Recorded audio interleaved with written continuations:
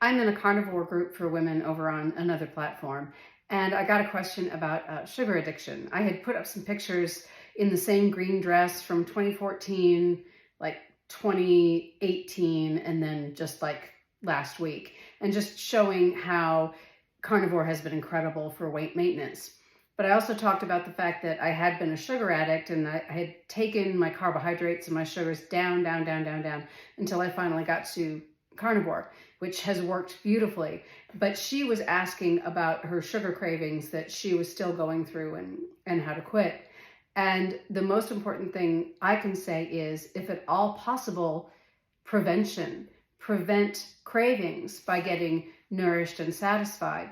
When I'm eating clean carnivore, it's astonishing how satisfied I am. Honestly, there's a recipe for a chocolate dessert that I make. And my birthday is coming up more than 2 weeks, but I am going to probably have that dessert on my birthday. But when I don't have it, it is astonishing how satisfied I am.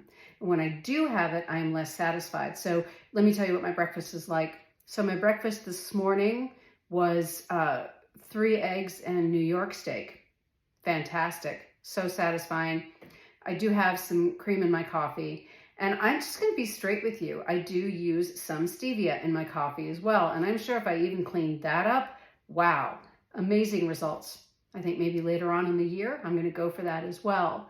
But when I'm eating that for breakfast, I will eat the same thing at lunch. So I'm doing my cooking in the morning. I cook once and then I'll just warm it back up at about 1:30 in the afternoon. I eat breakfast pretty early.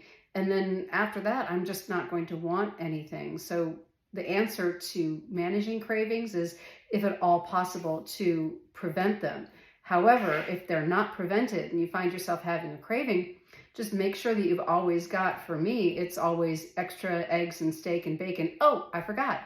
I also had 2 slices of Kirkland makes a sugar-free bacon. It doesn't have to be sugar-free, but it's been on sale at our store. I can buy it in 4-packs. So I've been buying the sugar-free bacon in 4-packs and really enjoying it. So that's the thing, prevent it. And then make sure that you've got some extra nourishing and satisfying foods, nourishing and satisfying for you, that are in the refrigerator, ready to go. And really, if you can have bacon available, because it's, tasty and satisfying, it isn't boring. Definitely, I like to have, tri-tip available. But I think one of the problems might be, if you're really trying to stop a craving, that might not be interesting enough. So that's when maybe turn to bacon. And then the other thing you can do is, if you can just take a 5-minute break, what I will say to myself, especially if I'm done with a meal and I want to eat more, I'll say to myself, okay, I'm going to take 5 or 10 minutes. I say to myself 10, but the craving is usually gone in less than 5. And just make that deal with yourself. Say, I will make this deal. If you're really hungry, we're going to wait 5 minutes. We're going to wait 10 minutes. I like to talk to myself like I'm another person. And then if you're still hungry, you come back. And I almost never am. One of the things about somebody like me, lifetime of severe glucose intolerance, sugar addiction, start eating sugar, can't stop. I think one of the things that I've noticed is that my signaling just takes longer than for normal people. People who have normal insulin sensitivity, normal glucose tolerance, their satiety signals seem to come on sooner than mine do.